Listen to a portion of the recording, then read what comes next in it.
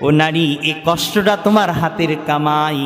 তুমি দিন থেকে বের হয়ে গেছো, তুমি কোরআন থেকে দূরে সরে গেছো, তুমি হাদিস থেকে দূরে সরে গেছো, এই জন্য তোমার এত অপমান, এত লজ্জা। ও নারী, তুমি দিনের পথে ফিরে আসো, তুমি কোরআনের পথে ফিরে আসো, তুমি হাদিসের পথে ফিরে আসো, পর্দার বিধান মেনে চলো। আমরা তো মনে করি পর্দা, এই ঢাকলাম, ওই ঢাকলাম, এই অঙ্গ ঢাকলাম, ওই অঙ্গ ঢাকলাম, সব কিছু ঢাকলাম, কিন্তু যদি মুখ না ঢাকো, ও নারী, তুমি পরিপূর্ণ পর্দা করলা না। আমাদের সমাজে এমন পর্দা আছে না নাই? আমাদের সমাজে এমন পর্দা, বোরকা পরে সব কিছু করে, কিন্তু আমাদের মা বোনেরা মুখটা ঠিক মতো ঢাকে না। হাদিস শোনাই, বুখারী শরীফের হাদিস, আয়েশা সিদ্দিকা রাদিয়াল্লাহু তাআলা একবার তিনি হাদিস শোনান, কোন এক যুদ্ধে নবী আলাইহিস সালাম জানা দেন, আমার সাহাবী মহিলা, আমার স্ত্রীদের মধ্যে একজনকে আমি যুদ্ধে নিয়ে যেতে চাই। নবী আলাইহিস সালাম লটারির মাধ্যমে যার নাম উঠত, নবী আলাইহিস সালাম তাকেই যুদ্ধের ময়দানে নিয়ে যেতেন। তো এবার লটারিতে আয়েশা সিদ্দিকা রাদিয়াল্লাহু তাআলা আনহার নাম। তো আয়েশা সিদ্দিকা রাদিয়াল্লাহু আনহা তিনি যুদ্ধে যাওয়ার জন্য কাফেলার সাথে রেডি হয়ে তিনি একটা উটের হাওদাই পালকির মধ্যে চড়লেন। যাত্রা শুরু হয়ে গেল। কিছু দূর যাওয়ার পর ওযু ইস্তেনজার প্রয়োজন আসলে আয়েশা সিদ্দিকা রাদিয়াল্লাহু তাআলা তিনি ওই উটের হাওদা থেকে, পালকি থেকে নেমে আসলেন এবং নিজের জরুরত কাজায় হাজত পূরণ করলেন। প্রয়োজন পূর্ণ করার পর তিনি আবার উটের হাওদায় পালকির মধ্যে বসলেন। পালকির মধ্যে দেখলেন তার গলার মধ্যে যেই হার, সেই হারটা আর খুঁজে পাওয়া যাইতেছে না। আয়েশা সিদ্দিকা রাদিয়াল্লাহু আনহা বলেন, আমার মনে হয় আমি যেই জায়গায় আমার প্রয়োজন পূরণ করেছি, সেই জায়গায় হয়তো আমার গলার হারটা খুলে গেছে, পড়ে গেছে। এই জন্য তিনি হারের সন্ধানে আবার সেই জায়গায় চলে গেলেন। যাওয়ার পর তিনি সেখানে তার গলার হারটা খুঁজে পাইলেন। আয়েশা সিদ্দিকা রাদিয়াল্লাহু তাআলা যখন তিনি গলার হারটা খুঁজে পাওয়ার পর কাফেলার কাছে আসলেন, দেখলেন আল্লাহ রসুলের সাহাবারা কাফেলা নিয়ে যাত্রা শুরু করে দিয়েছেন। তিনি দেখতেছেন অপেক্ষা করা ছাড়া আর কোনো লাইন নাই। যখন নবী দেখবেন, অন্যান্য সাহাবারা দেখবেন যে আয়েশা সিদ্দিকা রাদিয়াল্লাহু আনহা উটের হাওদায় পালকির মধ্যে নাই, তখন হয়তো আবার খোঁজ লাগাইবেন, যেই জায়গায় আমি হারাইছি সেই জায়গায় আবার আমার সন্ধানে আসবেন। তো আয়েশা সিদ্দিকা রাদিয়াল্লাহু তাআলা আনহা সেখানে বসে পড়লেন। সেখানে বসার পর আয়েশা সিদ্দিকা রাদিয়াল্লাহু আনহা ঘুমায়া গেলেন। আল্লাহ রাসূলের এক সাহাবী হযরত সাফওয়ান রাদিয়াল্লাহু আনহু তিনি কাফেলার অনেক পিছনে ছিলেন। তিনি তখনও মদিনায় শরীক হয় নাই। তিনিও যখন যাত্রা শুরু করলেন ভোরবেলা, তিনি দেখলেন অন্ধকারের মধ্যে আবসা ছায়া দেখা গেল যে ইনি আর কেউ না, ইনি হলেন আম্মা জান আয়েশা। এখন প্রশ্ন হইতে পারে, তিনি আম্মা জান আয়েশাকে কি করে চিনতে পারলেন? যেহেতু পর্দার বিধান নাজিল হওয়ার আগে সাফওয়ান রাদিয়াল্লাহু আনহু আম্মা জান আয়েশাকে দেখেছেন, এই জন্য তিনি চিনতে পারছেন। হযরত সাফওয়ান রাদিয়াল্লাহু তাআলা আম্মা জান আয়েশাকে যখন দেখলেন দেখলেন, দেখার সাথে সাথে ইন্না লিল্লাহ ওয়া ইন্না ইলাইহি রাজিউন পড়লেন। যখন তিনি ইন্না লিল্লাহ পড়লেন, আওয়াজ শুনে আয়েশার ঘুম ভেঙে গেলেন। ও পর্দার আলের মা, ও মহেশপুরের মুসলমান, আয়েশা সিদ্দিকা রাদিয়াল্লাহু তাআলা আনহা যখন তিনার ঘুম ভেঙে গেলেন, সাথে সাথে তার কাছে যে পর্দা, তার কাছে যে চাদর, এই চাদরের দ্বারা তিনি তার মুখকে সাথে সাথে ঢেকে ফেললেন। ও নারী সমাজ, ও পর্দার আলের মা, আয়েশা সিদ্দিকা রাদিয়াল্লাহু আনহা তিনি মুখকে ঢেকে ফেললেন এই কারণে, যেহেতু পর্দার বিধান নাজিল হয়ে গেছে, পর্দার বিধান, আল্লাহু আকবার, এই জন্য তিনি নিজের মুখকে ঢাকলেন। যারা বলে সব কিছু ঢাকা লাগবে, মুখ খোলা রাখলে চলবে, আমি তাদেরকে বলতে চাই, আমি তাদেরকে বোঝাইতে চাই, আমি তাদেরকে ওয়ার্নিং দিতে চাই, আম্মা জান আয়েশা তিনি কি মাসালা কম বুঝতেন? তিনি তো মাসালা কম বুঝতেন না। আল্লাহু আকবার, তিনি এতগুলো মাসালার হাফেজ ছিলেন, এতগুলো হাদিসের হাফেজ। আল্লাহু আকবার। আম্মা জান আয়েশা 2210টা হাদিস মুখস্থ ছিলেন।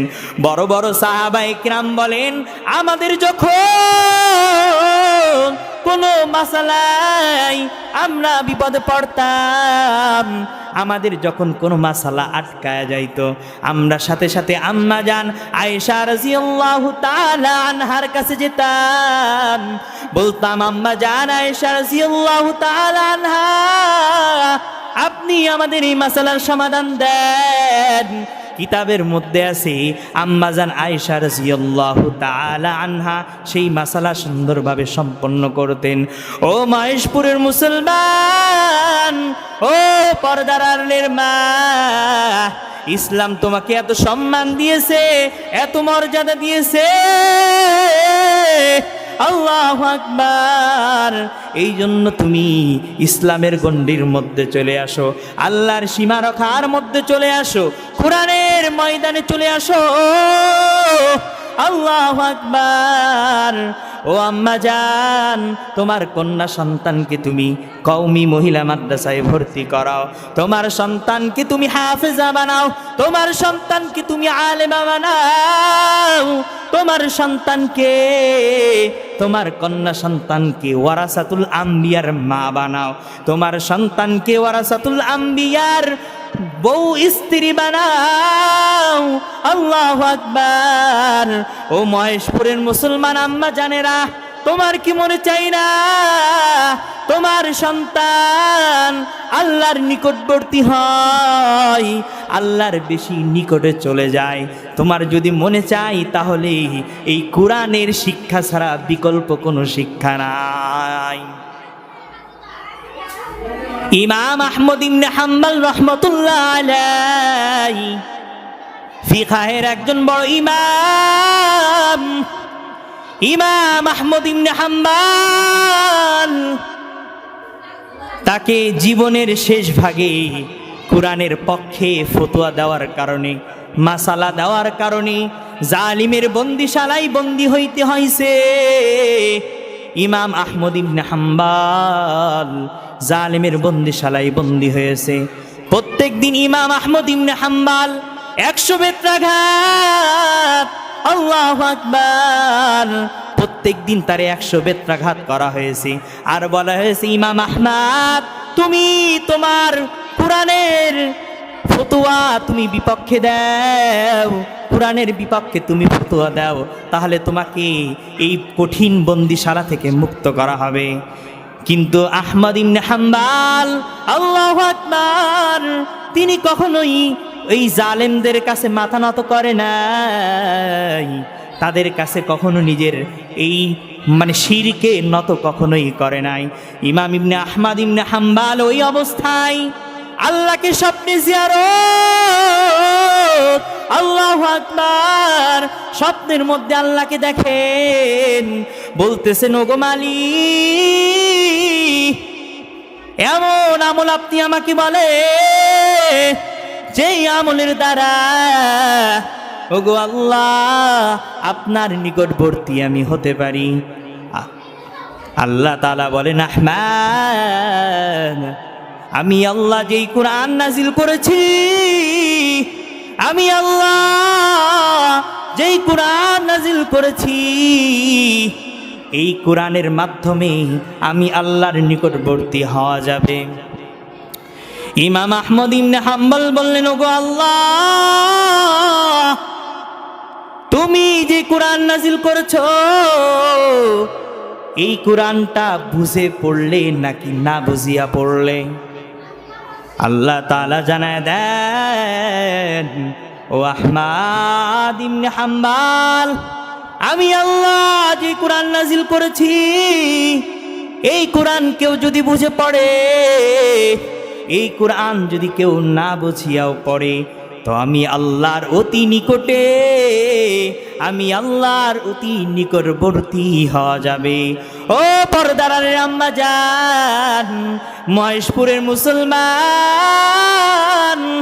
তোমার কলিজার টুকরা আদরের কন্যা আল্লাহর নিকটবর্তী হয়ে যায়, কোরআনের হাফেজা হয়ে যায়, কোরআনওয়ালা হয়ে যায়, তোমার আদরের সন্তান আলেমা হয়ে যায়, দ্বীনের একজন রাহাবার হয়ে যায়। তোমার কি মনে চায় না তোমার সন্তান হাফেজা হয়? তাহলে আর দেরি কেন? এই মহেশপুর খাদিমুল ইসলাম কওমি মাদ্রাসা, আল্লাহু আকবার, এমন একটা প্রতিষ্ঠান, এমন একটা জায়গা যেখানে আপনার আদরের কন্যা সন্তানকে কোরআনের হাফেজা বানানো হয়, কোরআনের তাফসীর কারক আলেমা বানানো হয়, তোমার আদরের কন্যা সন্তানকে দ্বীনের রাহবারি দেওয়া হয়। এই জন্য উদারত আহ্বান, আদরের কন্যা সন্তানকে মহেশপুর খাদিমুল ইসলাম মাদ্রাসায় ভর্তি করাও। ও পর্দার আলের মা, তোমরা তো এমন মা, তোমরা তো সাহাবায়ে কিরামের মা, তোমরা তো নবীদের মা, তোমরা তো হাফেজদের মা, তোমরা তো শামসুল হক ফরিদপুরের মা, তোমরা তো খাজা মঈনুদ্দিন চিশতির মা, তোমরা তো দ্বীনের রাহবার উলামায়ে কিরামের মা। তোমাদের কি মনে চাই না ও পর্দার আলের মা? তোমার কি মনে চাই না তোমার আদরের কন্যা দ্বীনের পথে থাকুক, দিনদার হয়ে যায়, মুত্তাকি হয়ে যায়, পরহেজগার হয়ে যায়? তুমি তো সেই নারী আম্মা জান খাদিজার মতো মা, তুমি তো আম্মা জান আয়েশার মতো মা, তুমি তো নবীর স্ত্রীদের মা। ও নারী জাতি, তোমার কত সম্মান ইসলাম দান করেছে, এই সম্মান তুমি যদি ধরে রাখতে চাও, তোমার সন্তানকে বেপরদা থেকে যদি ফিরাইতে চাও, ও পর্দার আলের মা, বিকল্প কোনো রাস্তা অবলম্বন করবা না। কওমি মাদ্রাসা এমন একটা মাদ্রাসা, আল্লাহু আকবার, এই কওমি মহিলা মাদ্রাসায় আপনার সন্তানকে 100% পর্দার বিধান শেখানো হয়, আপনার সন্তানকে বিপর্দা থেকে ফেরানো হয়, আপনার সন্তানকে জাহান্নামের আগুন থেকে বাঁচানো হয়, আপনার সন্তানকে জান্নাতের সার্টিফিকেট প্রাপ্তদের মধ্যে অন্তর্ভুক্ত করানো হয়, আপনার সন্তানকে আল্লাহর প্রেমিক বানানো হয়, আপনার সন্তানকে নবীর আশিক বানানো হয়। ও পর্দার আলের মা, আর দেরি করার দরকার নাই, কোরআনের শিক্ষায় তোমার সন্তানের ব্যবস্থা করো। কবরে কিন্তু জিজ্ঞাসা করা হবে না ড্যাডি ইয়েস, ইংরেজি জিজ্ঞাসা করা হবে না, কবরে তোমাকে জিজ্ঞাসা করা হবে এমন একটা ভাষা, কোরআনের ভাষা, হাদিসের ভাষা, আল্লাহু আকবার, আরবি ভাষা শেখানো হবে, জান্নাতে আরবি ভাষা ব্যবহার হবে। এই জন্য ও মহেশপুরের মুসলমান,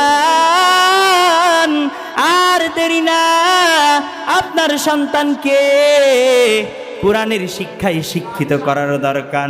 আমরা সন্তানকে ইংলিশ পড়াই, মিডিয়াম স্কুলে পড়াই, আমরা আমাদের সন্তানকে জেনারেল শিক্ষিত করি। ও মহেশপুরের মুসলমান, আপনাদেরকে আমি নিষেধ করছি না, আপনাদের কাছে বলে যাই, আপনি সব পড়ান, সব কিছু করান, কিন্তু আপনার সন্তানকে কোরআন থেকে দূরে রেখে না, কোরআনের ছায়া তলে রেখে আপনার সন্তানকে ডাক্তার বানান, আপনার সন্তানকে ইঞ্জিনিয়ার বানান, আপনার শিক্ষিকা, আপনার সন্তানকে ম্যাডাম বানান, আপনার সন্তানকে আপনি উচ্চ শিক্ষায় শিক্ষিত করেন। কোনো নিষেধ নাই, কোনো নিষেধ নাই ও মহেশপুরের মুসলমান। কিন্তু একটা কথা, আপনার সন্তানকে কোরআনের শিক্ষিতাই শিক্ষিত করে করান। মডেল যুগের সব মডেল কবি, দেখো নাটক আর নেংটি ছবি। মডেল যুগের সব মডেল কবি, দেখো নাটক আর নেংটি ছবি। তবে অশ্লীল হিন্দি ইংলিশ গান, অশ্লীল হিন্দি ইংলিশ গান, পড়ো না কোরআন কেন, পড়ো না কোরআন, পড়ো না কোরআন কেন, পড়ো না কোরআন। ওরে কপাল পোড়া মুসলমান, ওরে সর্বহারা মুসলমান, পড়ো না কোরআন কেন, পড়ো না কোরআন, পড়ো না কোরআন কেন, পড়ো না কোরআন।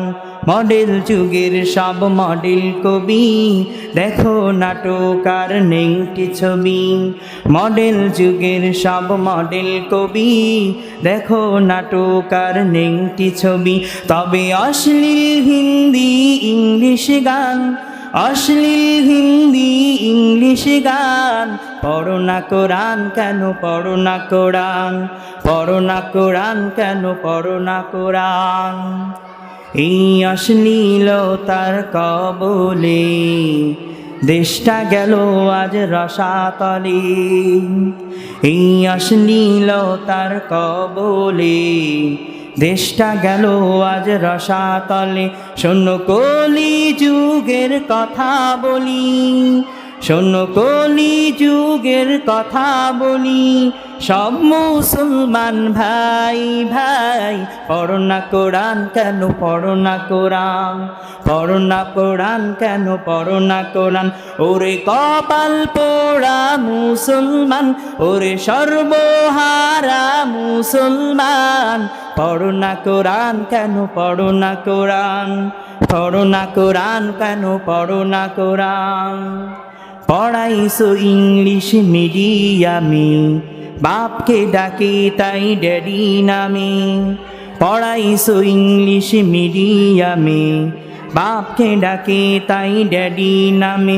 তবে সরি সরি বললে কি আর, তবে সরি সরি বললে কি আর, কবরেতে পাবে না আসান।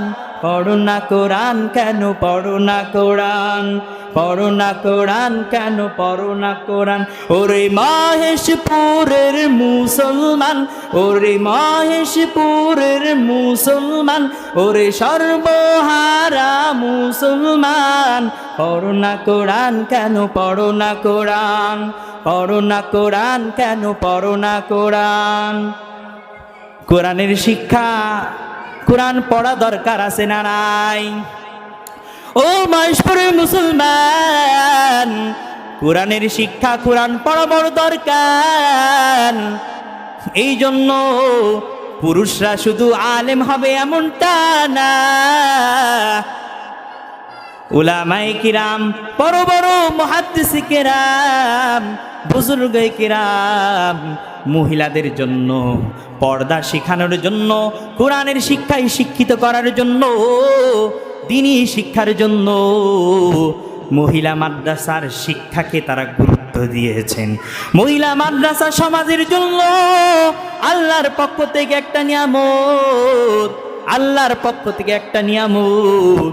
একটা সন্তান যদি দিনদার হয়ে যায়, একটা মহিলা যদি দিনদার হয়ে যায়, তাহলে ওই সন্তানের কারণে যার ঘরে এই কন্যার বিবাহ হবে, আল্লাহু আকবার, সেই সংসার জান্নাতি সংসার।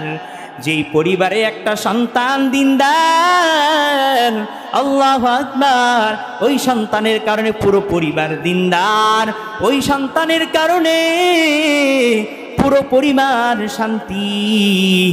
আল্লাহু আকবার। এই জন্য মহেশপুরের মুসলমান, আপনারা কি চান কি চান না এরকম মহিলা মাদ্রাসা সমাজে হওয়ার দরকার কিনা? অবশ্যই আমি বলবো, মহেশপুরের মুসলমান, এই সমাজে নারীর ফিতনা থেকে বাঁচার জন্য,